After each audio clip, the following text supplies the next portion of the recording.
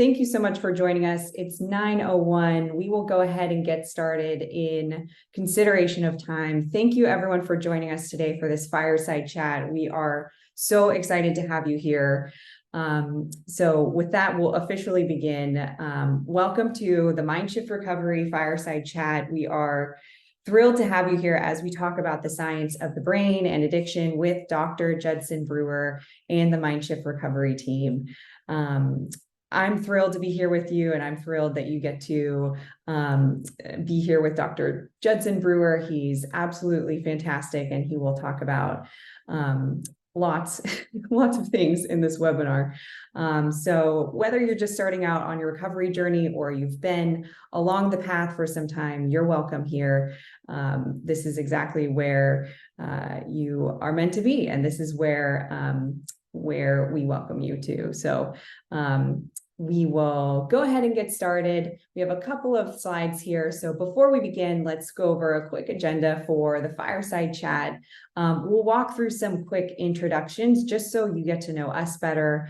Again, if you're just starting out in recovery or you've been along the path for some time, or maybe you're interested in Dr. Judd's methods, all are welcome. So we'll walk through some introductions, Dr. Judd and also the Mindshift team as well. So you get to know us, we get to know each other a little bit better. And then we'll walk through a couple of stats here, the current state of addiction in the US. And then we'll also walk through the latest neuroscience behind recovery. So this is where you get to learn from Dr. Judson Brewer. Again, very thrilled to have him here and have you here with us together. We'll walk through, Dr. Judd will walk you through the Mindshift Method as well, so that you get to know a little bit more about Mindshift Recovery, who we are, and then also how Mindshift is addressing recovery. So Mindshift works in conjunction with other programs, and so we'll pull back the curtain a little bit there, and you'll get to learn more about that. So we do have a live Q&A section for this fireside chat as well. So please, if you are interested, if you have a question that comes up throughout this fireside chat, please feel free to drop it in the chat. We absolutely welcome your questions. We want to be able to answer them too. So should anything come up, please feel free to add them there. And we'll have some time for the live Q&A at the end of the fireside chat. So with that, let's walk through an introduction of the Mindshift team. So here we have, we'll walk through the team itself, Dr. Judson Brewer. He's an addiction psychiatrist and neuroscientist, also the professor of Brown University. We're so grateful to have you here. Dr. Judd, I'll let you give a wave and say hi to the group if you'd like. Hi, everybody. Good to be here. Thank you, Dr. Judd. All right, and moving forward, we have Josh Roman. He is our CEO here. I'll go let you say hi to the group as well and give a wave. Hey, everyone. Amy McLaren is not on the call today. She is a very busy woman. She is our COO here at Mindshift Recovery. So she is here with us in spirit, but not present right now. My name is Brianna Perkins. I am the marketing and brand executive here for Mindshift Recovery, also in addiction recovery myself. So it's an absolute gift and pleasure to be here with you all. And then we have Jose, who is our peer recovery specialist and trainer. Jose, I'll let you go ahead and give a wave and say hello to the group as well. Yeah, thank you for joining us. Welcome, everybody. Glad to be here with you today. Thank you, Jose. Dan Holcomb, he is our behavior change facilitator. He's also a sales and marketing executive. We are thrilled to have him on the team. Dan, go ahead and say hello to the team, to the group. Hello, everyone. Welcome. Glad you made it. Thanks, Dan. And last but certainly not least, we have Tommy McCann. He is our behavioral health clinician here, and we are thrilled to have him as an asset on the Mindshift team. So we'll let you go ahead and say hi as well, Tommy. Good afternoon or good morning, everyone. Happy to be here. Thanks, Tommy. All right, so that's us. That is the Mindshift Recovery team. We'll move forward with a few high-level stats. Let's talk about the state of addiction in the US, and then we're going to go ahead and pass this over to Dr. Judd, the main speaker for this fireside chat. the main speaker for this fireside chat. So let's talk about the state of addiction in the US. It is crucial now more than ever that we are providing a solution for those in need, those of us in recovery, or those of us who maybe have addiction in our families or in friends. The opioid epidemic continues to rise. Alcohol and consumption during the pandemic also led to changes in substance use patterns, also an increase in alcohol consumption. And as a result, telehealth and addiction treatment has shifted. So we did see a significant shift towards telehealth services for addiction treatment and mental health support as a result of the pandemic. So this was a glimmer of hope for us. We were able to also receive access to recovery resources and therapy and digital means, which is new and also as I mentioned, a glimmer of hope. So this is the current state of addiction in the US, and there's a lot of work for us to do. There's a lot here for us to unpack, and there's a lot that we need to move forward with. And so we're, as a team, very grateful to have you here to talk about some of these solutions, and also to have Dr. Judson Brewer here to walk us through his extensive research and also his experience here. So with that, we will move through. We'll pass it over to Dr. Judson Brewer to talk about addiction, neuroscience, and also tee up the Mindshift method. So I'll go ahead and stop sharing my screen so you can see Dr. Judd, and we'll pass it over to him. Great. Thanks, Brianna. Again, it's great to be here with everyone. And this really feels like a full circle dream, because I started thinking about this type of work back in residency, back in the mid-2000s. And I was so interested in finding new ways to help treat addiction that I started my first research study when I was still a resident in psychiatry in my outpatient years during my third year of residency. And I just wanted to understand what else we could do to help people with addiction besides the standard treatments that have been out there for a long time. And long story short, we started exploring ways to help people with addiction by bringing in mindfulness training, and found that we could actually get similar results to gold standard treatment, cognitive behavioral therapy, with mindfulness training in alcohol and cocaine use disorders. And that was really encouraging to us, where we wanted to dig in a little bit more and started building out a specific method for helping people bring awareness and curiosity and kindness to their experience, as compared to, what is traditionally thought of as using willpower. In our next study, we found out that we could actually get 5 times the quit rates of gold standard treatment for smoking cessation. And that was really encouraging for us. In fact, we could dive into the mechanisms, and found that when we could even develop app-based mindfulness training programs to help people with addictions. For example, this Craving to Quit app that we developed in the last decade. And in particular, we wanted to understand what was going on in the brain with addiction. There's a lot of work that's been looked at, and probably the most consistent research findings out there are related to a network of brain regions called the default mode network, which is what we default to when we're not doing anything in particular. This network's interesting because it gets activated when we think about ourselves in the past, when we worry about the future. And it also has been shown to get activated with a number of different cues, for ranging from cigarettes to cocaine to gambling to even chocolate. And by the cues, I mean when somebody sees a picture of somebody smoking a cigarette, this network of brain regions gets activated. We wanted to see if some of the mindfulness training programs that we were developing could actually target this brain network, this default mode network, and did a randomized controlled trial that we published back in 2019, where we brought people in who wanted to quit smoking, and we could look to see how much this network was activated at baseline when they were shown cigarette cues. And then we could randomize them to get the National Cancer Institute's Quit Guide, which is gold standard cognitive therapy, or our Craving to Quit app. And a month later, we could scan their brains again and see if brain activity changes predicted reductions in cigarette smoking.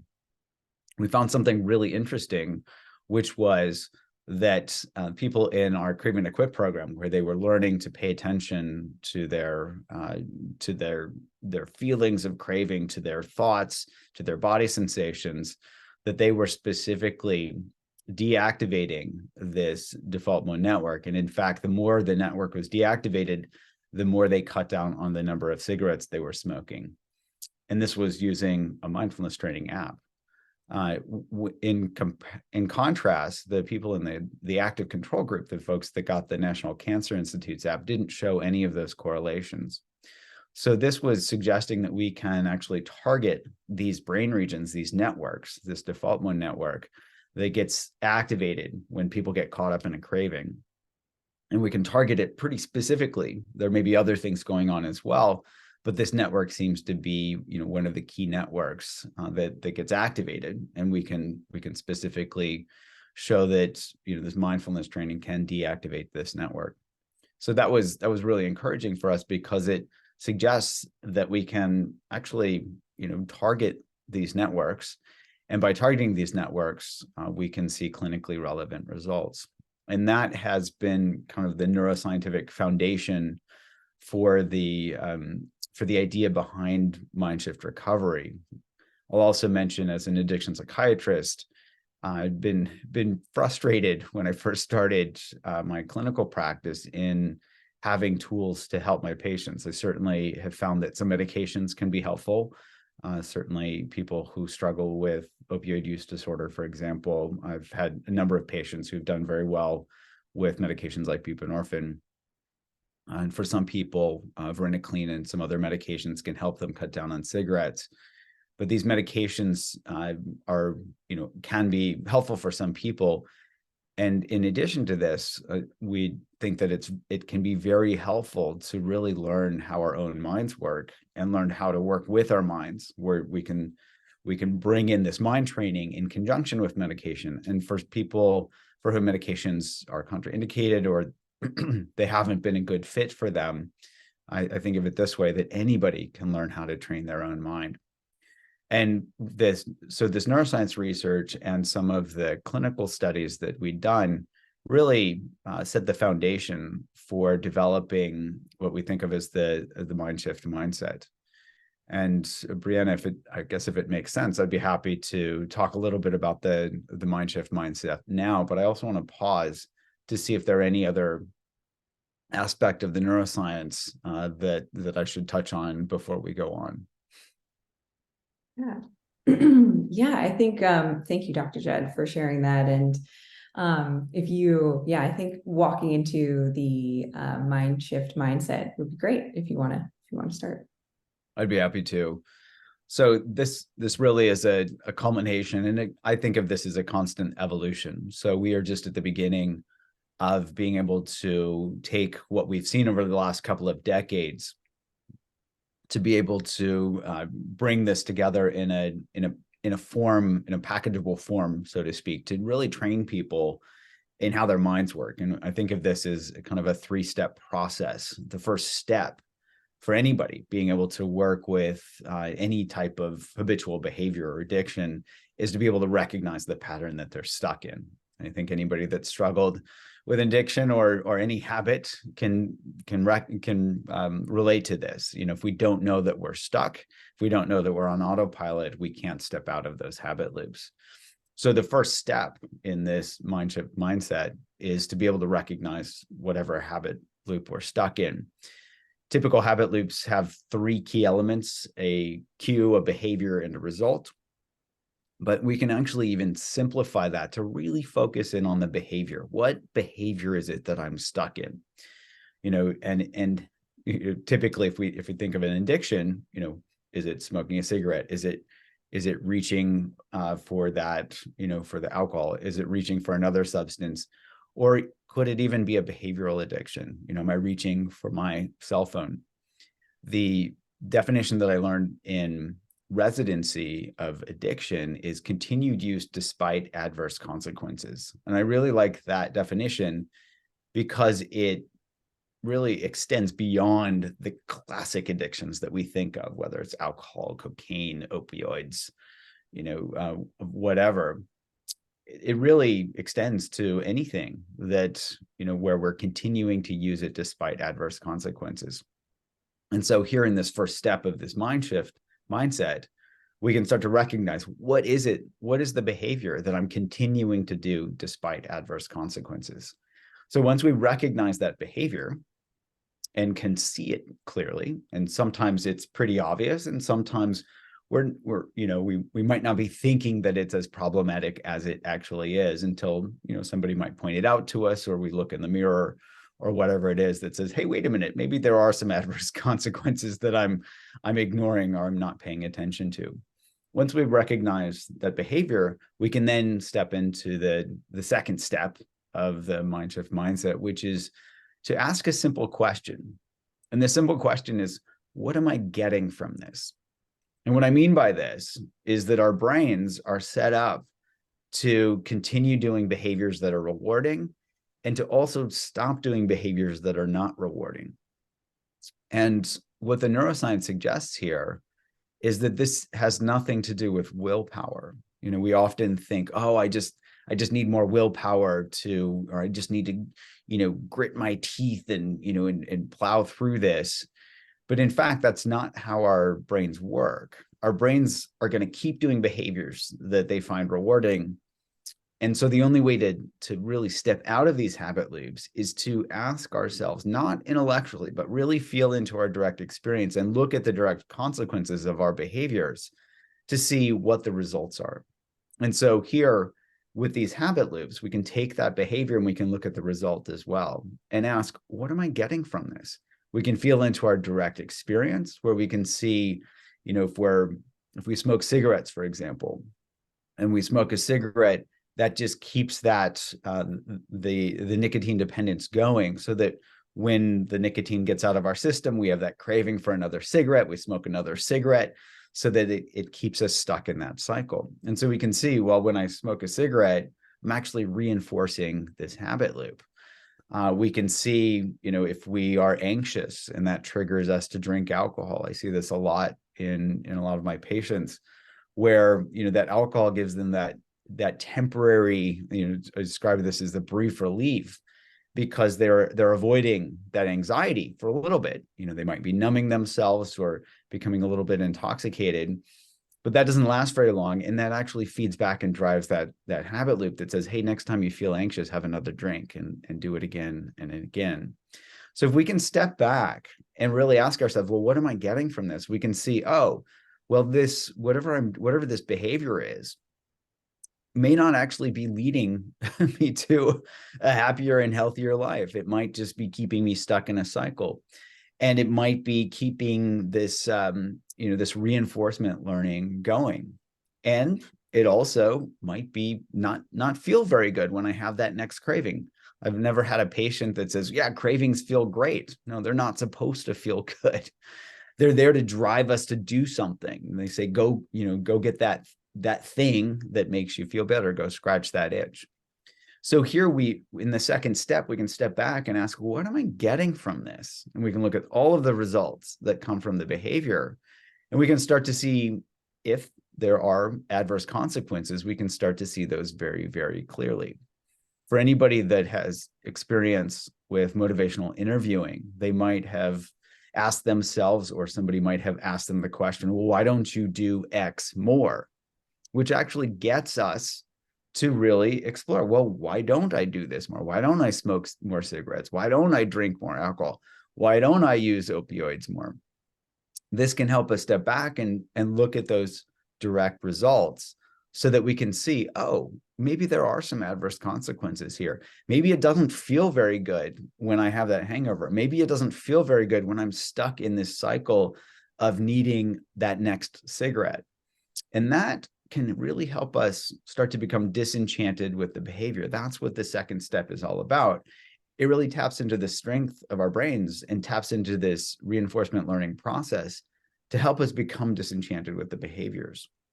Once we start to establish this second step, and it's not like it happens overnight or is magical, this often is a tough look for a lot of folks, where they have to look at all these consequences and see them very, very clearly before they start to become disenchanted. Once we can start to become disenchanted with that old behavior, we can step to the third and final step, which I think of as finding these bigger, better offers.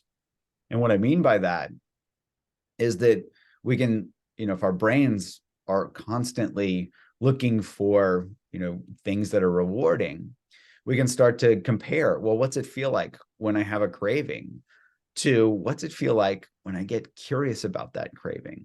And this is where the Mindshift mindset comes in, where we can really train and foster our curiosity. Curiosity itself feels better than craving. My lab's done a fair number of studies on this. Others have done studies on this as well. We can look at our own experience and see that for ourselves. Craving is there. It's not supposed to feel very good. Curiosity, when we're really curious, oh, what does a craving feel like?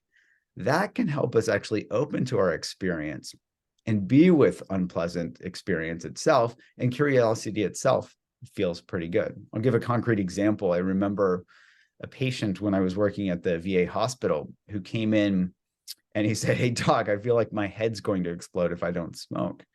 And so we actually brought some curiosity right to that moment. And I said, okay, well, what does head exploding feel like? And we walked through and had him get curious about what his physical sensations, what his thoughts were, what his emotions were as he was having this craving. And what he noticed was this craving, it was going up as we were sitting there, exploring it, going up and up and up. And then it crested and it started to go back down. And he had a big epiphany at that moment. He realized, previously he had always smoked a cigarette to make that craving go away. But he learned, oh, this craving is just made up of physical sensations. And I can actually be with these when I'm curious. And with that curiosity, he could also see that this craving would come and go on its own without him having to smoke a cigarette. So this empowered him quite a bit to see that he didn't have to smoke cigarettes. His head wasn't going to explode. And that curiosity was like a superpower for him, that when he had cravings, he could bring that curiosity to those cravings. And instead of, feeding the cycle by smoking another cigarette, he could actually step out of the cycle by bringing that curiosity in. So I think of finding, I think of this third step as finding what I call BBOs, the bigger, better offers. Curiosity is that bigger, better offer compared to, succumbing to a craving. Another thing that I see quite a bit is that people judge themselves. They feel like they've failed themselves. They've failed their family and friends. They've failed their communities when they don't feel like they have control over whatever their addiction is. Well, again, willpower is more myth than muscle.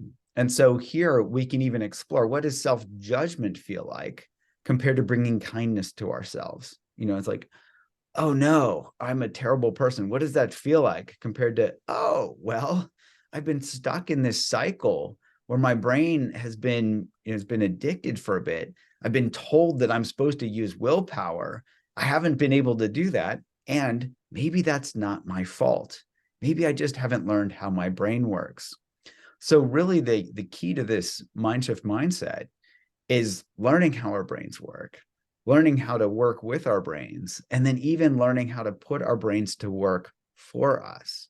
And so in this three-step process, whether it's cigarettes, whether it's cocaine, whether it's alcohol, whether it's cell phones, whatever the habit loop is, we can bring this awareness in, we can learn how our brains work, and we can all learn how to work with our brains instead of fighting against them and then blaming ourselves for failing because we haven't had enough willpower. So that's really the simple, it's simple. It's not necessarily easy, but it's also not some huge, tome of material or concepts that we need to learn. This is really about bringing a couple of simple things in that we all already have. One is awareness. We've got to be aware of the habit loop. We've got to be aware of the results of the behaviors. And then we can bring that awareness in itself, that curiosity in, and have that be that superpower that helps us step out of these old habit loops. That awareness is key to any behavior change. And notice how it has nothing to do with willpower. So that's really the key ingredient to this mind shift mindset. And we can go into this next piece now. We're really excited to start bringing some tools out to the addiction community to help people be able to learn to work with their minds, and also importantly to have community to help support them along the way.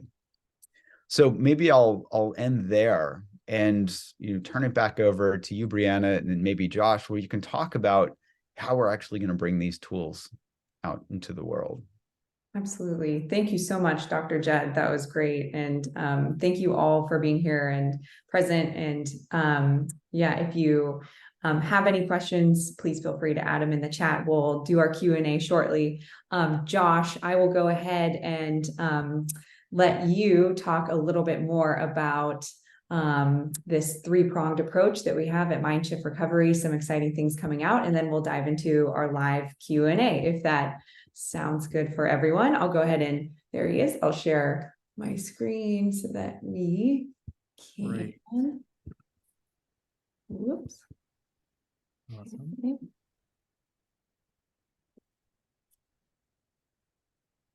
All set? Right. Okay, Josh, go ahead. Take it away. Great. And I'll go ahead and So first off, very honored to speak with you today. I've been working with Dr. Brewer and this approach for over 7 years now, and I've seen it bring both hope and real change to people across the world.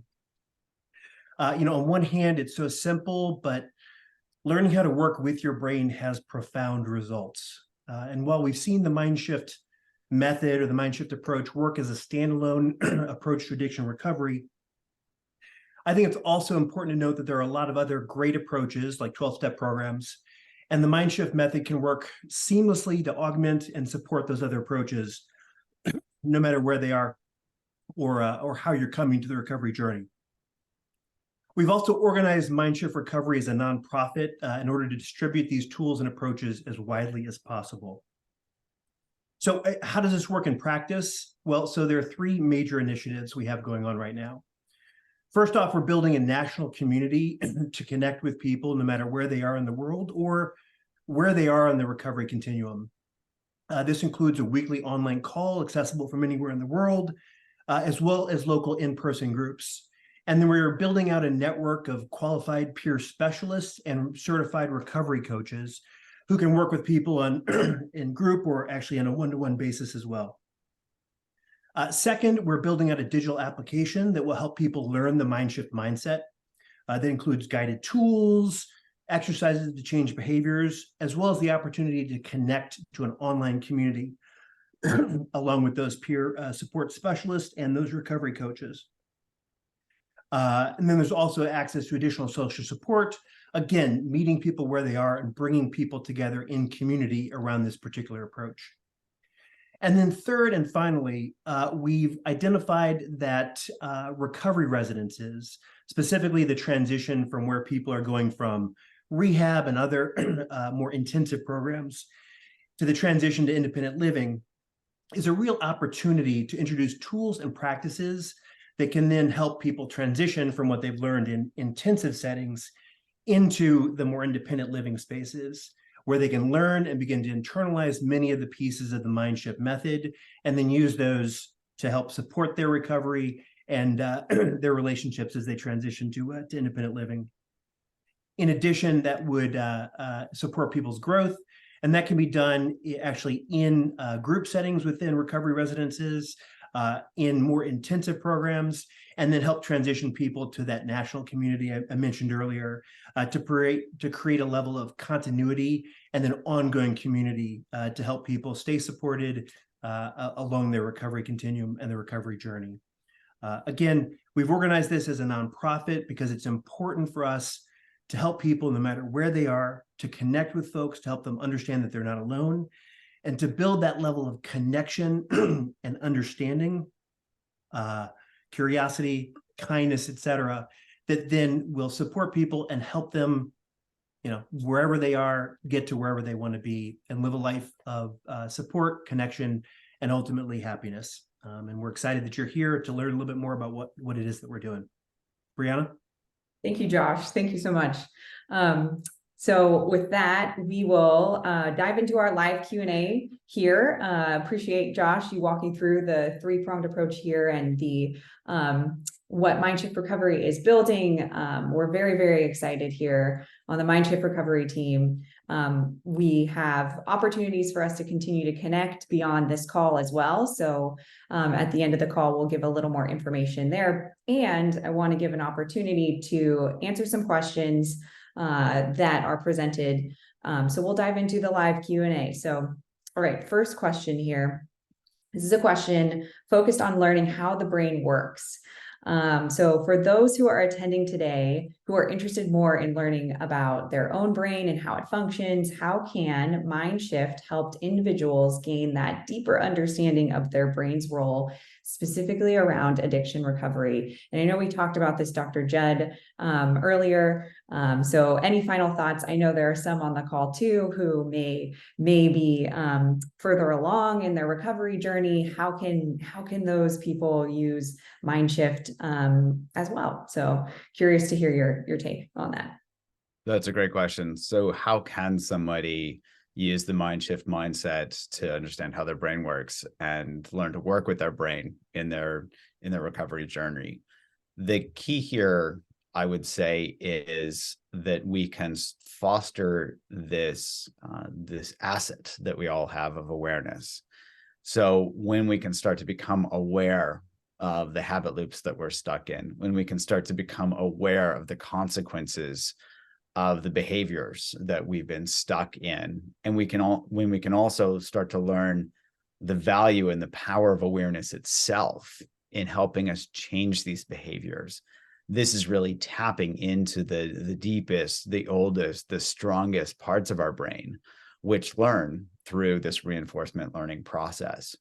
The irony is that whatever our addiction is, we've learned that through reinforcement learning. There was something rewarding about it at first. There's something that keeps it going. And the awareness can help us be able to recalibrate how rewarding that is for us right now. Is it still rewarding? For example, most of the folks in my clinic and in my previous studies who have tried to quit smoking typically start smoking around the age of 12, 13, 14, something pretty young.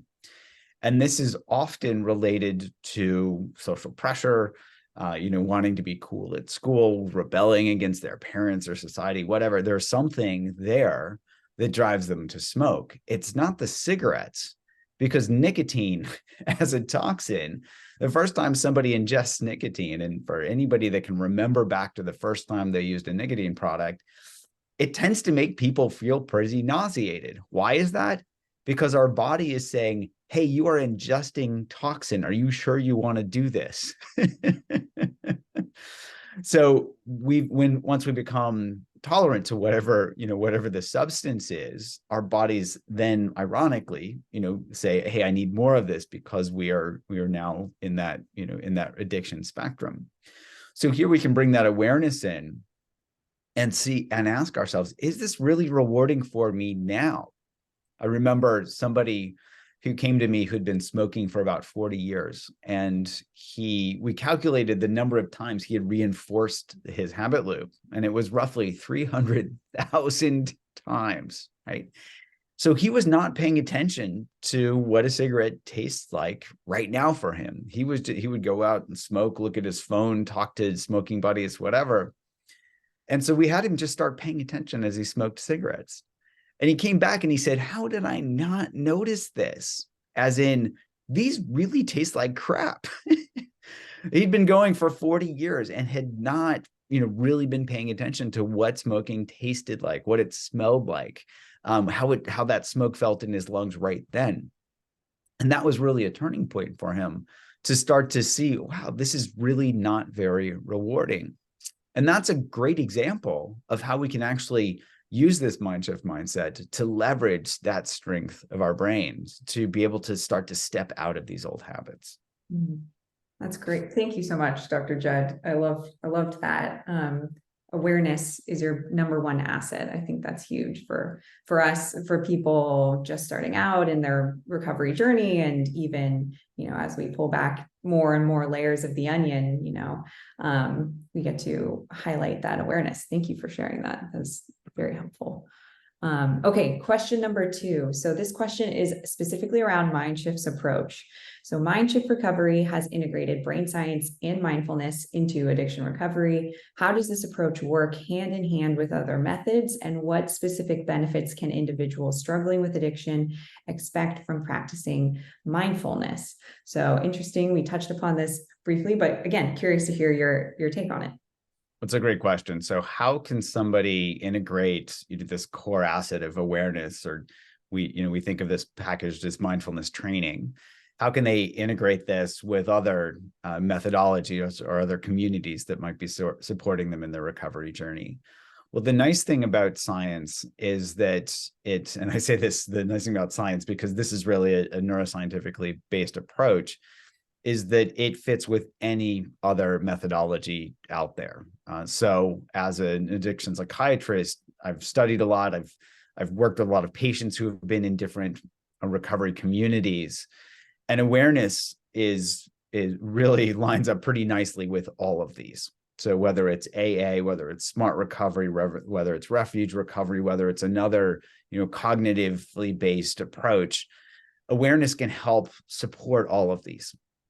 It's not antithetical to any of these, and it also fits with any religious background.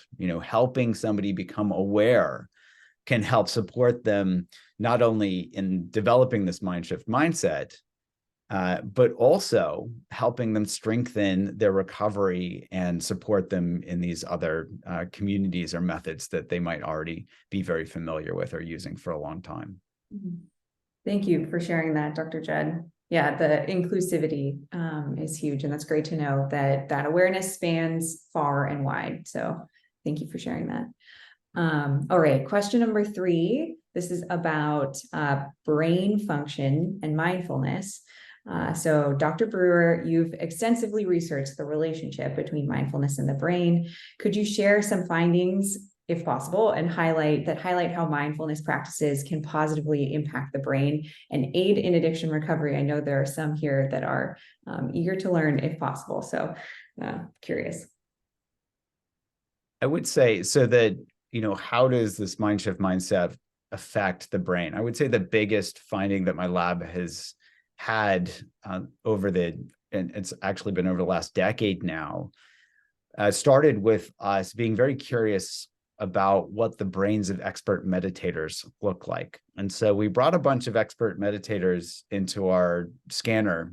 I was at Yale at the time, and we just wanted to see, what happened when people were meditating. We were very curious about that.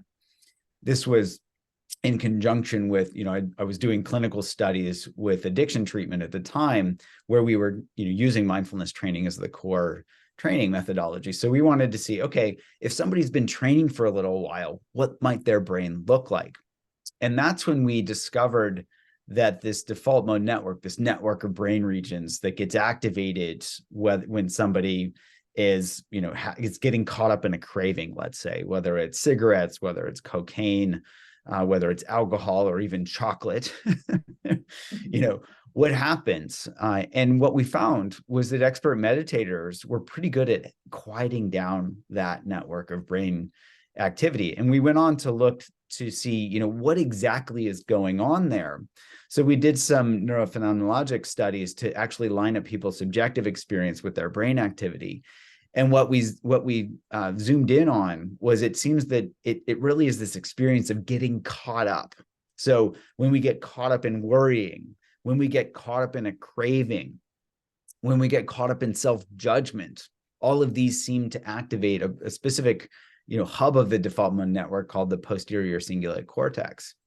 And that is what we found with expert meditators was deactivated when they were meditating. So we might think, okay, great, I need to become an expert meditator for this to work. No, that's not true. So we in our study looking at people who wanted to quit smoking, we found that even with using our Craving to Quit app, they could learn to use this Mindshift mindset and start to deactivate this default mode network. And the more they were able to deactivate this network, the more this correlated with a reduction in cigarette use. And that was after only a month of using an app. So what this suggests is that anybody can learn this. Anybody can draw upon the power of their awareness and start to bring that awareness in and get curious about their experience, start to learn to write out these cravings using awareness, using curiosity.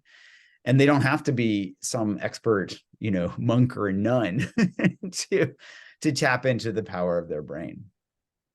Thank you. Thank goodness. Thank goodness. Thank you, Dr. Jed. And yeah, that it's so powerful. It's so interesting to learn more about the neuroscience and the power of the science of the brain. And if this is interesting to anyone on the call, we will have more chats. We're also going to highlight some of our teammates here and their own experiences. So just stay tuned. We've got a lot. We've got a lot coming. Okay. Question number 4, just keeping track of time. Let's see. Okay, this is another neuroscience question. So question about the neuroscience of addiction. Dr. Brewer, could you please provide an overview of the neuroscience behind addiction, which maybe this is a correlation to what we just talked about. Some key insights from your research to help us better understand how addiction affects the brain. So we talked about this, but anything lingering or any additional outliers there? I think the one thing I would say is that we certainly don't know everything when it comes to the neuroscience of addiction.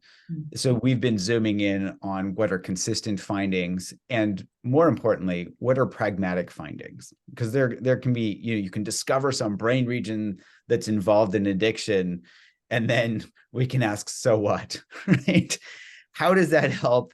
One of my patients, how does that help somebody that's struggling with an addiction? Just knowing that there's a brain region that's a little out of whack, so to speak.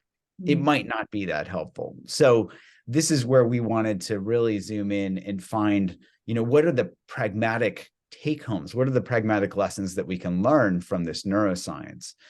And what we've found is that, this network, this default mode network, which seems to be correlated with a number of addiction, different types of addictions. Really, it's getting caught up in experience, which is probably common to all of us. We can specifically target that network of brain regions, and we can develop tools that really zoom in there to help us, really target those networks. Very interesting. Thank you. Thank you for sharing that. I feel like we can have multiple topics on this, multiple sessions on this topic rather. Okay, the last question we have listed here, practical tips. So what practical tips or exercises do you recommend for our audience who may want to incorporate brain science and mindfulness more so in their daily lives to support their addiction recovery journey, and also gain further insights into their brain's functioning? Great question. So what are some practical tips that anybody can use? So here, I think it goes back to the concept of curiosity as a superpower. And so if we think of getting caught up in an addictive habit loop, most of these have one thing in common, which is there's a craving for something, and that craving can get triggered by an unpleasant emotion or just by withdrawal or any number of things. So we can learn to bring curiosity in when we have a craving. And craving tends to have some flavor of a mental attitude that's like, oh no, I need to make this go away, or oh no, I need to scratch this craving itch right now, or because it's really uncomfortable. So the practical tip that I would give anybody is we can start to bring in curiosity as the superpower. When we feel that, oh no, come on, we can go, oh, here's a craving. And by, oh, we start to notice, what curiosity feels like. We can go, oh, what does this craving feel like? Where do I feel it in my body? Is it on the right side? Is it on the left side? Is it in the front? Is it in the back? What are the characteristics of it? Does it have a feeling to it? Does it have a color? Some people kind of feel in different, modalities where it might be like, oh yeah, it's red. It's, it's this. Does it have edges? And what happens when we bring that, to that craving itself? So we can start to do two things with this. One is we can start to see that cravings aren't as scary as our minds make them out to be, because we're typically running away from them, or we're satisfying them as quickly as possible because it's uncomfortable. So we can learn a type of distress tolerance, like, oh, here's some distress. Maybe it's not as bad as I thought. And two, we can start to really foster and develop curiosity. Each time we go, oh, we're awakening it. We're starting to train ourselves to bring curiosity to that situation. So whenever there's an, oh no, I have a craving, we can start to awaken that, oh, what does this feel like? Where is it in my body? And so on. Thank you, Dr. Judd. Yeah, that is very, very interesting. And it's something, the power that we have within ourselves, right? Curiosity being that number, curiosity and awareness being our superpowers, right? And tangible takeaways too.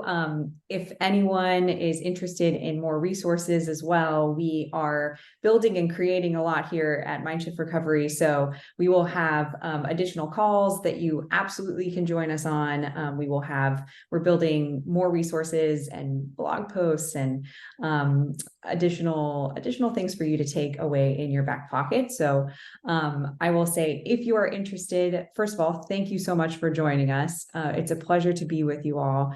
Thank you, Dr. Judd, for your expertise and your insight. Thank you, Mindshift team, everyone, for showing up. This was a fantastic first fireside chat for the Mindshift Recovery.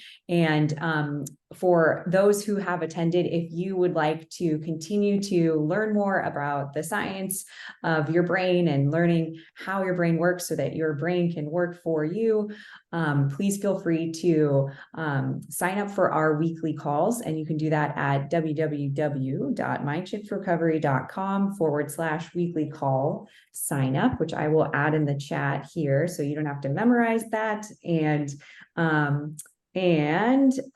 we look forward to continuing to connect. There's actually one final question, and I think we touched upon it as well. How does the Mindshift model fit with other recovery programs? So perfect. We did talk about that. Thank you so much for attending and asking that question. We do appreciate it. So after this call too, we recorded, so you'll get a copy of the recording. Please feel free to share this with whoever you think might benefit from this. Thank you again for hopping on, and we will follow up shortly with an email with the recording, and I'll add that link to sign up for our weekly calls as well, should anyone be interested. All right. Thank you all, and have a great rest of your day. Take care.